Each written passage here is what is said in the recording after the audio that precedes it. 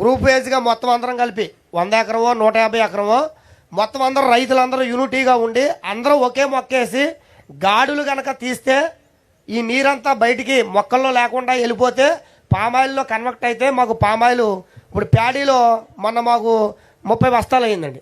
ఆ 30 బస్తాలు మామూలుగా 1776 రూపాయల రేటుని మనం అమ్మితే 71,000 60,000 అలా వస్తున్నాయండి. అదే పామాయిల్కి వెళ్తే 10 టన్నులు అయితే 10 టన్నుల్లో 20,000 రూపాయల రేటుని వచ్చినా 2 లక్షల రూపాయలు, అందులో 1 లక్ష రూపాయలు పెట్టుబడి పోయినా 1 లక్ష రూపాయలు. ఇందాక బాలు గారు చెప్పింది కరెక్టే సార్. పామాయిల్ రేటు తక్కువగా ఉన్నప్పుడు అంత ఆదాయం లేదండి. పామాయిల్ రేటు ఇప్పుడు 19,000 నుంచి 20,000 రూపాయలు ఉందండి. 10 టన్నులు ఖచ్చితంగా రైతుకు పండుతుంది. 1 లక్ష రూపాయలు పెట్టుబడి అయినా 1 లక్ష రూపాయలు గ్యారంటీగా మిగులుద్దండి. అంటే అందరూ మిగులుతలేదని అన్నారు, 1 లక్ష రూపాయలు మిగులుతుంది. అయితే నేను సేంద్రీయ వ్యవసాయం కూడా చేశాను సార్. సేంద్రీయ వ్యవసాయం చేస్తామంటే నేనంటే నాకు ఉన్న 2 ఎకరాల్లో 1 ఎకరం పియ్యాలు పెట్టానండి. ఎందుకోసం పెట్టానంటే ఇప్పుడున్న ఆరోగ్య పరిస్థితుల్లో ప్రతి వాళ్ళు మామూలుగా షుగర్ పేషెంట్లు, కిడ్నీ పేషెంట్లు వీళ్ళందరూ చాలామంది ఉన్నారు. నేను కొంత తింటాను, తర్వాత నెక్స్ట్ నాతోటి రైతులు ఎవరన్నా మారేవాళ్ళు మీలాంటి పెద్దలు ఎవరైనా ఏవో గారు, జేడీ గారు, డి గారు చాలామంది నా దగ్గర నుంచి పట్టుకెళ్ళారండి. నేను చేలోకి వెళ్ళలేదండి. ఏవో గారు చూసి ఈ మామూలు జీవామృతం కొట్టండి, చేప ద్రావణం కొట్టండి, లేకపోతే పాలింగు కొట్టండి, లేకపోతే పుల్ల మజ్జి కొట్టండి, లేకపోతే దర్శపర్ణి కొట్టండి, లేకపోతే అగ్నిహోత్రం కొట్టండి, లేకపోతే మామూలుగా మీరు తూటికాడి కషాయం కొట్టండి అంటేనే కొట్టాను తప్ప నేను మామూలుగా ఫెర్టిలైజర్స్ మట్టుకు వాడలేదండి. అది కూడా డ్రోన్ ద్వారా కొట్టాను సార్. డ్రోన్ ద్వారాగానే వాడాను సార్.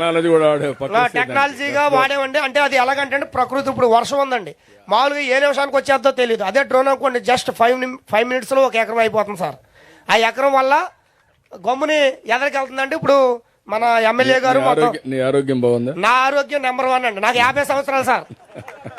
50 సంవత్సరాలు ఇవాళకైనా నేను 60 నుంచి 70 కేజీలు గడ్డి ఎత్తానండి. నాకు 3 ఆవులు ఉన్నాయి.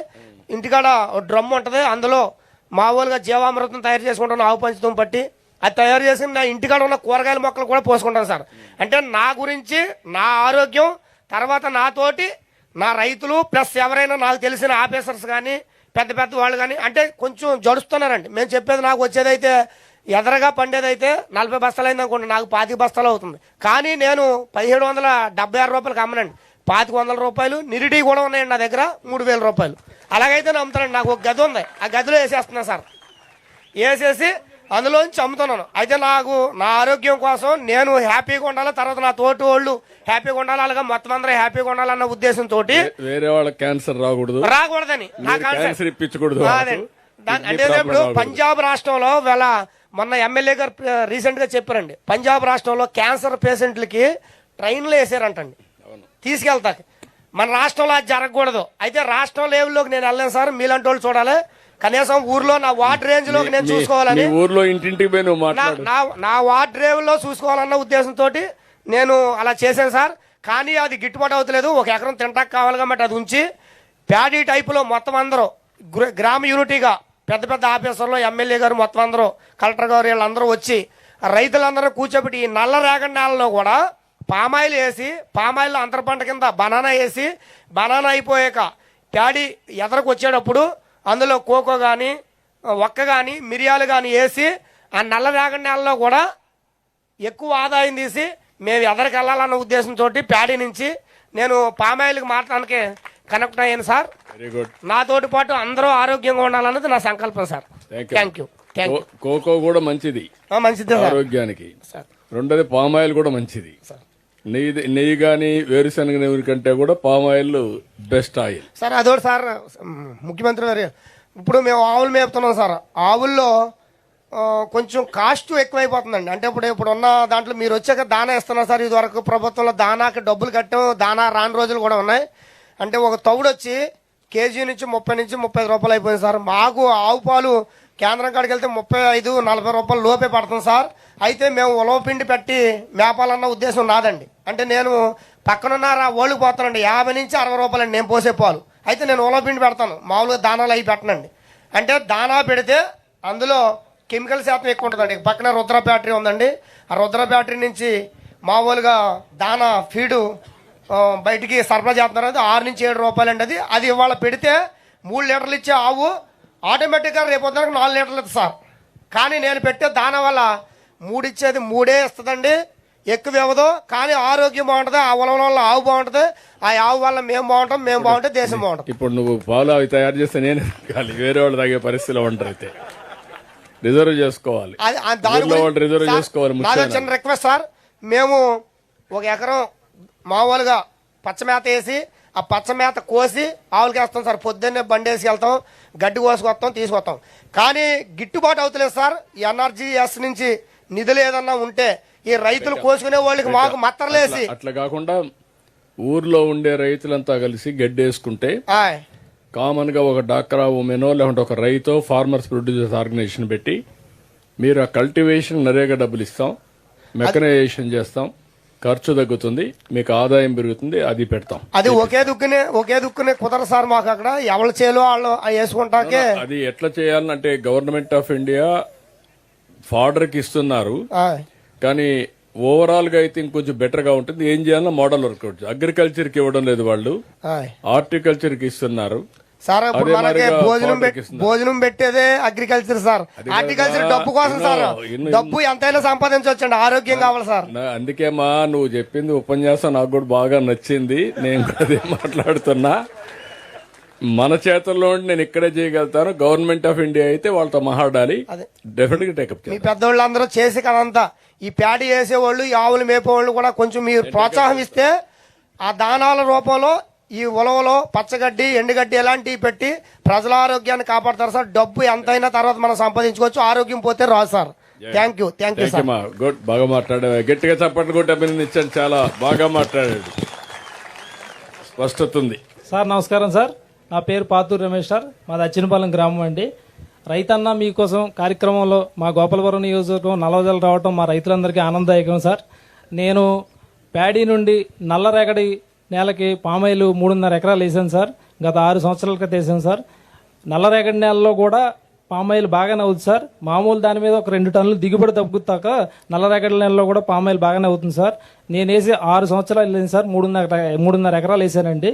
ఇప్పుడు ఈ సంవత్సరం 5.5 టన్నులు అయిందండి. ఈ టన్ను వచ్చి 19,635 రూపాయలు ఉందండి. రైతుకి గిట్టుబాటుగానే ఉందండి. పామాయిల్ రైతులు బాగా ఇబ్బంది పడేది ఏంటంటే కరెంట్ లైన్లన్నీ పామాయిల్ తోటలు ఉండటం వల్ల అవి కొయ్యటం వల్ల ఆ కమ్మ వెళ్ళి వైర్ల మీద పడి రైతు కూలీలు చనిపోతున్నారు సార్. వాటి మీద యాక్షన్ తీసుకుని ఆ వైర్లన్నీ తొలగించి కేబుల్ వేసే ఏర్పాట్లు చేస్తే మా రైతులందరికీ మంచి చేసిన వాళ్ళు అవుతారు సార్. చాలా కాస్ట్ అవుతుంది కదా, కేబుల్ చాలా కాస్ట్ అవుతుంది. సైడ్కి మార్చాలి, అది 25% ఛార్జ్ చేస్తున్నారు. దాన్ని తగ్గించి ఏం చేయాలో I will give guide lines. ముందు పక్కన వేసుకొని తర్వాత నెక్స్ట్ స్టెప్ నువ్వు అన్నట్టు భగవంతుడు మీరందరూ బాగా పనిచేసి ఆదాయాన్ని కూడా పెంచితే అప్పుడు కేబుల్ వేయచ్చు, దాంట్లో సందేహం లేదు. కొంచెం టైం పడుతుంది. Okay, thank you sir. మీకు ఆలోచనలు బాగున్నాయి, మీ ఆలోచనలు. ఆచరణలో కొంచెం మిస్ మ్యాచ్ ఉంది. ఆచరణ యోగ్యంగా మీ ఆలోచనలు ఉంటే ఫేజ్డ్ వారిగా మనం ముందుకు పోవచ్చు. నమస్కారం సార్, నా పేరు వేణు అండి, నల్లజర్ల గ్రామం. నేను రీసెంట్గా ఆయిల్ పామ్ ప్లాంటేషన్ వేసానండి జూన్లో. దానిలో ఇప్పటి వరకు ఏ విధమైన అంతర పంట అయితే వేయలేదు నేను. దానికి రైతన్న మీకోసంలో భాగంగా ఆర్ఎస్కే ప్రతినిధి మా ఇంటికి వచ్చారండి.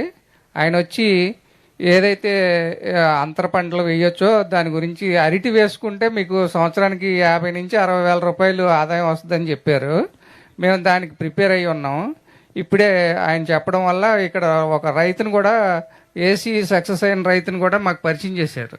దాన్ని కూడా మేము ఆయనతో కూడా మాట్లాడితే ఆయన సలహా ఇచ్చారు. వేసుకోవడం వల్ల మనకి 50 నుంచి 60 వేలు ఆదాయం వస్తుంది first year, next year 70,000 to 80,000 ఆదాయం వస్తుందని చెప్పారండి. దాన్ని వేసుకోవడానికి మేము ప్రిపేర్ అయ్యి ఉన్నాం. దాంతోపాటు మాకు ఒక చిన్న యూనిట్ కూడా ఉందండి, క్యాజు ప్రాసెసింగ్ యూనిట్. దానిలో కూడా మేము క్యాజు ప్రాసెసింగ్ చేస్తుంటామండి ఇక్కడ. Thank you, very nice, good. ఎంత టర్న్ ఓవర్ ఉంది క్యాజు ప్రాసెసింగ్ యూనిట్? 2 crores చేస్తామండి. 2 crores ఉంది ఎంఎస్ఎంఈ. మీరు ఎంతమంది దాంట్లో? మా బ్రదరు నేను ఇద్దరు కలిసి. అవును సార్. పొలం ఎంత ఉంది? పొలం 8 acres ఉందండి. 8 acres. ఇప్పుడు ఈ రైతుని చూసారు, నీ పేరేంటి? వేణు అండి. ఏం చదువుకుందా వేణు? M Com sir. మీ బ్రదరు? మా బ్రదర్ 10th class సార్. వీళ్ళిద్దరిని చూశారు. ఇదే నేను కోరుకుంటున్నా. ఇప్పుడు ఆయన చేసింది వ్యవసాయ ఆధార పరిశ్రమ పెట్టాడు, ఎంఎస్ఎంఈ పెట్టాడు. జీడిపప్పు వస్తుంది, ఆ జీడిపప్పుని ప్రాసెస్ చేసి తద్వారా ప్యాకింగ్ చేసి అమ్మే పరిస్థితికి వచ్చాడు. 2 కోట్ల టర్నోవర్ రీచ్ అయ్యాడు. ఆదాయం ఎంత వస్తుందమ్మా దీంట్లో పర్సంటేజ్? ఆదాయం 2 crores లో పర్సంటేజ్ 25 lakhs అట్లా ఉంటుంది. 25 lakhs అంటే దగ్గర దగ్గర మీరు చూస్తే 10% పీబీటీ ఉంది, ప్యాట్ అంటే అన్ని పోయి నికర ఆదాయం. ఇక్కడ మీరు రైతులందరూ ఆలోచించాల్సింది ఏంటంటే, ఆయన ఫ్యామిలీ పెట్టుకున్నారు, మీరు కూడా గ్రాడ్యువల్గా నేను కాల్ ఇచ్చాను. 1 farmer, అది 1 family, 1 entrepreneur. ప్రతి ఇంటికి పారిశ్రామికవేత్త నా స్లోగన్. వినడానికి మీకు అందరికీ ఏదో ఏం చెప్పేసి అనుకుంటారు కానీ 25 ఏళ్లకు మునుపు నేను ఒక మాట చెప్పాను, ఎగ్జాక్ట్గా 30 ఏళ్లకు మునుపు. ఒక ఇంటికి ఒక ఐటీ ప్రొఫెషనల్ రావాలి అన్నాను. చదివించమన్నా పిల్లల్ని, చదివించారు. ఈరోజు 25 ఏళ్లలో హైదరాబాద్లో చూసినా విదేశాల్లో చూసినా తెలుగు వాళ్ళు వెళ్ళారు. ఆ దేశం కంటే కూడా అమెరికాలో ఉండే అమెరికన్స్ ఆదాయం $60,000, మన వాళ్ళ ఆదాయం $125,000, అంటే డబల్.